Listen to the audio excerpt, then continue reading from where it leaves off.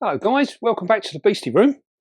Now we've had a few egg sacs being dropped here and there, and we've got another one of our Avic, the common Pinktoe. I don't know why they call them common because I think they look really smart, but they are the common Pinktoe. Now this has been holding this egg sac now for 39 days, and as you can see, she's done it on the front of the enclosure. Now you'll remember quite often we put backing boards on the back of our enclosures to give our spiders some security. Now, this particular spider doesn't care about that. She's more than happy to do everything out in the open. And this is what she's done. She's built this webbing round here, and she's made her nursery literally there on the front. And one of the things that we have noticed is every now and again she drops it down and she leaves it. She goes off, gets a drink, and she comes back and she does a bit of everything else. And I think she has fed once while we were in this situation. Now it's interesting to see that with a spider that's as confident as this, we get to see an awful lot more of what goes on. With our spiders that are a little bit more nervous, shall we say, and they like to stay hidden in the back in the dark, we never see them leave the egg sac. And we never see them even if they just leave it, because what's happened before with this one is she has actually left it on the floor and come and sat up the top, and she spreads herself out right across the front of the glass, which would presume that she's looking for more heat. She enjoys that heat that we're getting in the room. And our room is at 80 degrees in here, and so it's very, very interesting. She's at the high end of her temperature range that we find in the care brochures and things like this. So it's a really, really interesting thing. And one of the things that we've experimented on is we keep our oil-filled radiator in the middle of our room. She is more to one end. And what we've done is when we've seen her and she's come out like that, we've moved the radiator up closer so that it's more towards her end. So she's getting more heat. And we find that she actually comes out and basks for that heat. So it's really, really interesting in terms of what our spiders like in terms of temperature. Now, one of the things that we've noticed in all of the care sheets is the range in our temperatures in what they're saying our spiders like. Now, most of this information is gathered by looking at the weather forecasts and how they measure the weather in the wild state and in their local things. Now, so we're getting our information from that.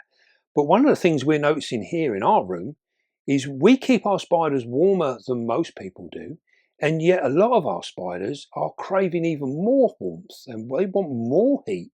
So it's really, really quite an interesting subject. And I think in all the years that we've been playing around with this, we still, in some things, it says to me that maybe that with the care sheets and that, we're looking at these temperatures from the wild state in the regions from where these spiders are being collected, and it's not necessarily a true account of what these spiders really, really require. So it's very, very interesting. Same with some of our fossorial spiders. They're coming in from really hot climates, but down deep in the ground, they're not getting that heat. So maybe they're actually enjoying a little bit of a cooler temperature down there than what they would be than what we would perhaps give them in captivity.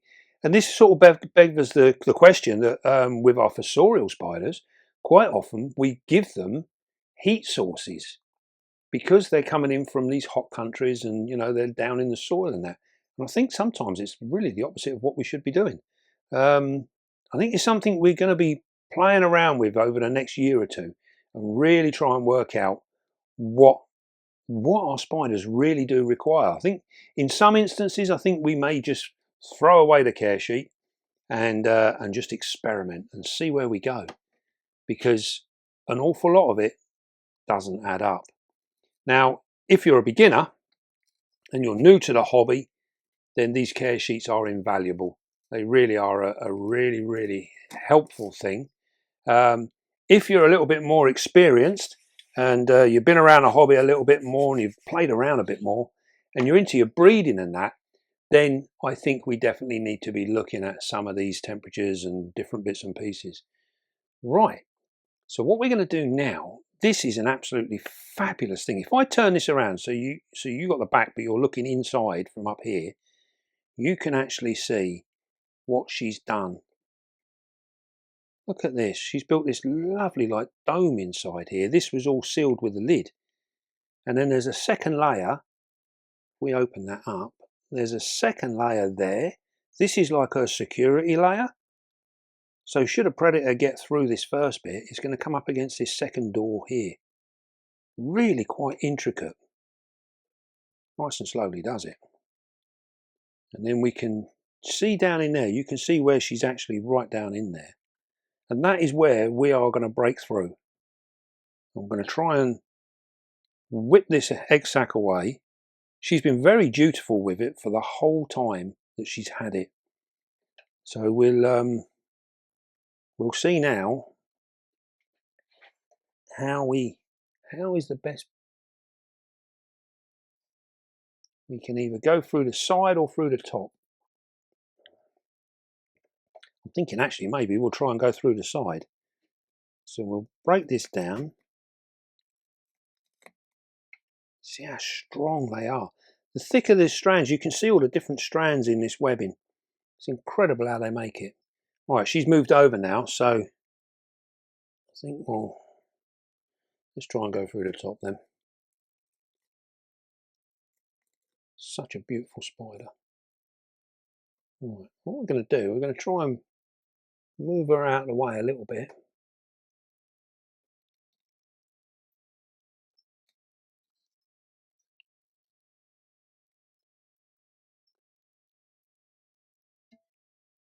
She gives that up a bit easy. It doesn't feel to be much in there. Look at that. That's just like a, yeah, it looks like just like a big puff ball. Now this is another one of them spiders that just gonna spray a little bit of water down in there. This is another one of them spiders that actually produced rather quickly after pairing. We will see what we've got.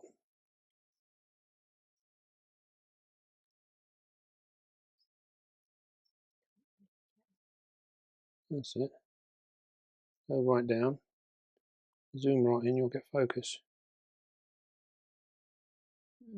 That's it. Get in the middle. Here it comes. Here she is. Look at that. Wonderful. You can see them lovely pink toes where they get their name, the common pink toe. Really, really cool. Inside that web is absolutely pristine. They do such a wonderful job. And it's also interesting as well. We can see here, I don't know if you caught this when we done it last time, but when you're looking on the side here, you can see this actual structure here. This is a tube that goes all the way through, and she comes back up here. Very, very cool how they make these corridors. Very, very smart. Right, let's have a little look and see what we got in here, shall we? This doesn't feel like there's any weight in it at all. Oh, we don't know. It's remember our Sabah Blues, we felt the weight in that. It was really heavy. This doesn't appear to have any weight at all. Looks like a good sack, but we just can't tell. This is what you get when you've got rough hands. Every little strand sticks to you.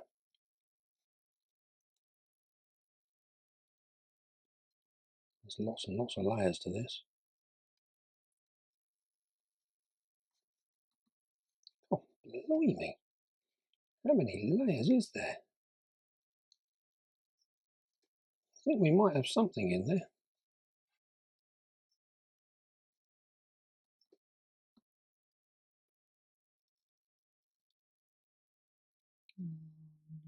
Oh, there you go.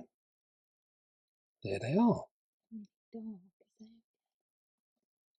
Yeah, this is very unusual. And as we can see, sorry about this, everything's sticking to my fingers.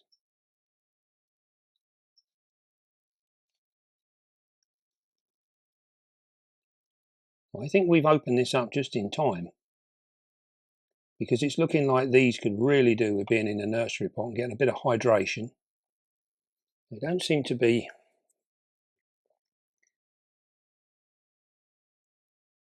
Well, they're actually quite lively. Because they're about to slough.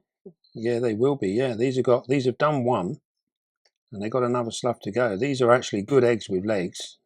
Proper little spiders these are. Look, their next slough they will actually be hatching out, and she would have opened this up herself and released them all. So we've actually hit this just at the right time, really. Very, very cool. This is a nice success. As you can see, there's a few duff eggs in there. Now, it was interesting how, again, this one dropped very soon after pairing. And we wondered whether, when we had the last Avic egg sac that we done, was all infertile. And we thought maybe that was just from a poor pairing and an early production of the egg sac. Well, this has been done at exactly the same time. So, yeah, very, very interesting to see. I think she dropped this. So actually this was a little bit longer. This one was dropped on the 12th of the 4th, 12th of April, and she was paired back in December, the end of December, so beginning of January. So that's been like 4 months, whereas the other one was 2 months and she produced an egg sac. So maybe there is a little bit of something there.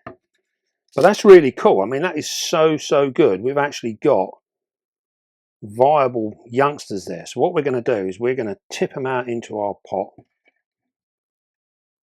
Look at them, they're actually livening up now. You can see them all moving. So we're just going to tip them out.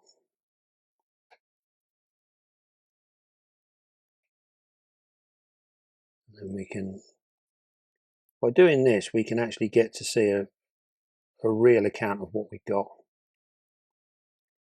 What's viable, what's not.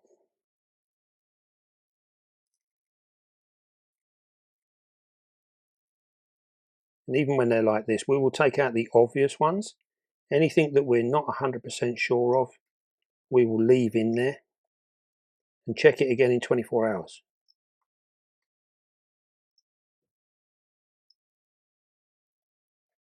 Amazing how they literally just grip onto anything. Like my fingers, yeah. This is literally like cotton wool. So if you've got rough hands like me, then every tiny little blemish, it hooks onto you.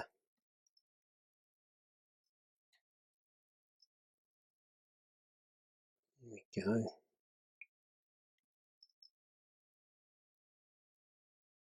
Come on, you let go. It doesn't want to let go of that one. Come back to that one. Last couple.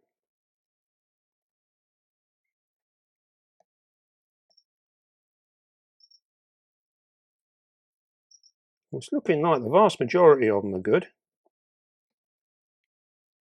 Now these make a super introduction to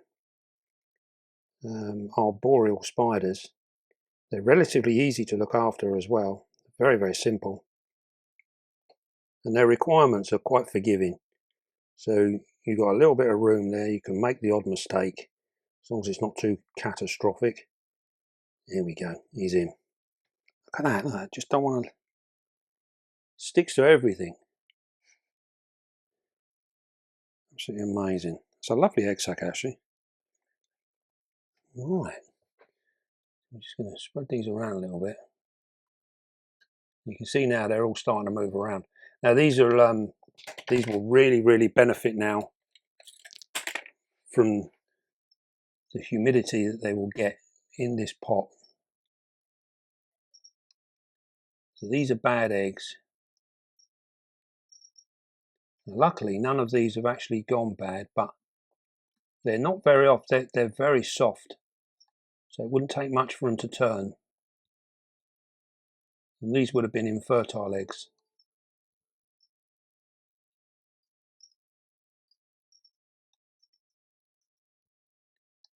There's a number of them. These little white pieces that you're seeing here, which are like stuck to them, this is the initial like casing of the egg, as it were. So what we'll do is we'll leave them as they are now, and we'll give them 24 hours to get some of this moisture onto them, and then we will clean these up tomorrow. Give them a little bit of time just to soften up, because we can, if they're a little bit too dry, we can cause more damage than good. So it's all about doing things at the right time. We've got a number of eggs here.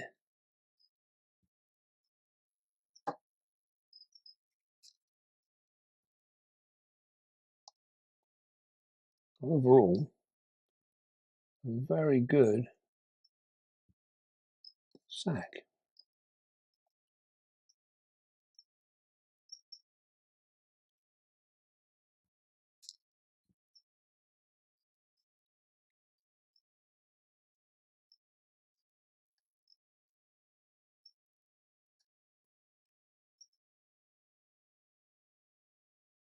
You see how they get stuck to them? This is where the problem's going to arise later on.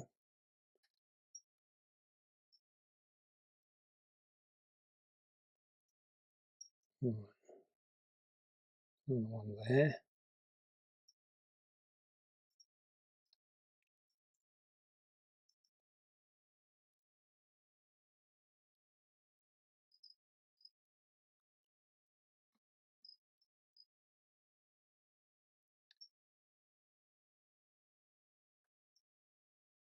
Right.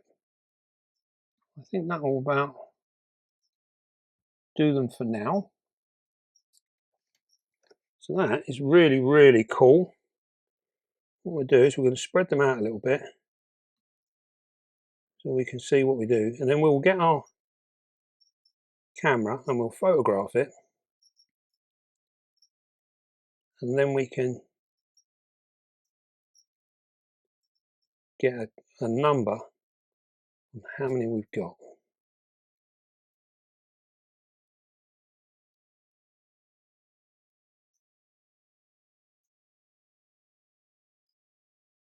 They all appear to be,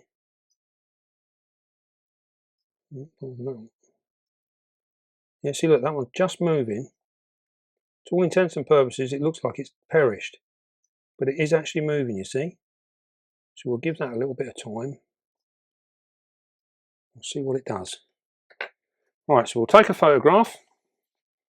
Now, we get asked many, many times as to what is the app that we use to count our egg sacs. And if you go into the App Store, it's called Visual Counter, and that's the one we use. And it's a very, very easy one. You can download it for free, and yeah, it's just a real cool way of actually going through and seeing what we've got. Now, we can count our bad eggs here as well, and we'll see actually what the full sack was. But that is actually a really pleasing sack. And it won't take long. These guys have got another molt to go, and then they will be proper slings. So that's really cool. That's a success. I'm very, very happy with that. And it sort of points us into that theory that we were thinking that maybe the other egg sac came along a bit too quick. Or maybe it was just a poor pairing. You know, all we can do is guess, really. That's all we can do. Now, while we're here, you would have remembered a couple of weeks ago, we did pull our Sabah Blues. Well, they've changed somewhat as well. It didn't take them long, around about a week, and they all sloughed out and they changed. We had 104 Sabah Blues, and this is what they look like now. Look at them now. Look at that. Absolutely wonderful. Now you can see in here, this is the old skins. You see? And we can pull these out later on. When they first molt them out, we like to leave them in there because they do actually use them. And you'll see these little spiderlings have already webbed up the bottom as well. So they're keeping everything nice and clean. Now, interestingly to see that these Sabah Blues are at the same stage now as what our Avic we have just pulled. So we pulled these Sabah Blues at an earlier stage in development, when they were literally, if you remember, they just looked like little face huggers. They hadn't even opened up fully. So now they're actually on the move and they're doing everything well. And we haven't lost any yet. This is 104 in here and they're doing really, really well. Now we often get asked, you know, when people are breeding for the first time, you know, when should I feed my slings? None of these slings are being fed at this point because they're not really slings yet. These are still nymphs. So when they molt out and they end up looking like proper little miniature furry examples of their mother, then it's time to start feeding them. And then what we do is we will separate them all and then we will feed them all individually, because as soon as they hatch, they will start to turn cannibalistic. Now there has been some documentation to show that even at nymph stage, they can be a little cannibalistic at this stage as well. But that being said, it's not really proved to be a problem in terms of losses. We've not really lost any. I think if I don't know, I'm not sure why some would be more cannibalistic than others, but we found in these pots they do really, really well. And I do wonder whether maybe because they're all kept like this and they're all together, a bit like the Balfouris, if you don't give them the space, they just seem to put up with one another. Whereas I think I've seen before now where slings are kept in larger pots and they get to separate themselves. I think that is maybe where sometimes that cannibalistic nature comes into its own. So we like to keep ours like this until they are slings, and then we shall separate them and house them separately.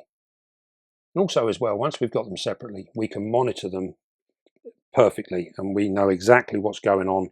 We can keep an eye on them, and if we get some that are a little bit slow or a little bit poor, then we can, you know, put a little bit of extra time into them. But you will still lose some. You know, not every sling, there's 104 Sabah Blues there, not every one of them is going to be 100% fit.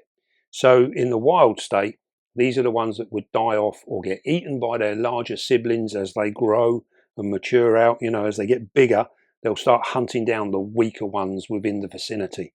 And this is just nature. This is part and parcel of what goes on. In captivity, we can cut that right down because one, we separate them so they don't get a chance to eat each other, and two, because they're getting fed, you know, regularly, they're not having to go out and hunt food. We're providing the food. They can grow much stronger. So even the weak ones get a much better chance of survival than what they would in the wild. So it's a very important thing. So that's really cool. So we've actually now got the two of these now in the incubator. And yeah, it's not going to be long and these will be popping out. And once we actually do get them to pop, we will show them again on the next video, depending on when it comes along. When they pop, the next video to follow after that, we'll show them again and we'll have another little look at them before we separate them all and sort them out. Right, I think that's absolutely amazing. I'm really, really pleased with that. We had a rocky start to start off with our Avics, and now we've sort of shown we've picked it up again. So we've had a successful Versi and we've had a successful Avic. We just got to wait and see now. See what other males come along, really. Everything else is sort of paired up. We've got some more that are still waiting to drop, and some that we're resting. So there's a little bit of a mixture. But overall, very, very pleasing. Right then. Well, I hope you enjoyed that. Another little insight into the world of these spiderlings. It's amazing stuff. Don't forget, be calm, be gentle, and love your spider. And I will see you soon, guys.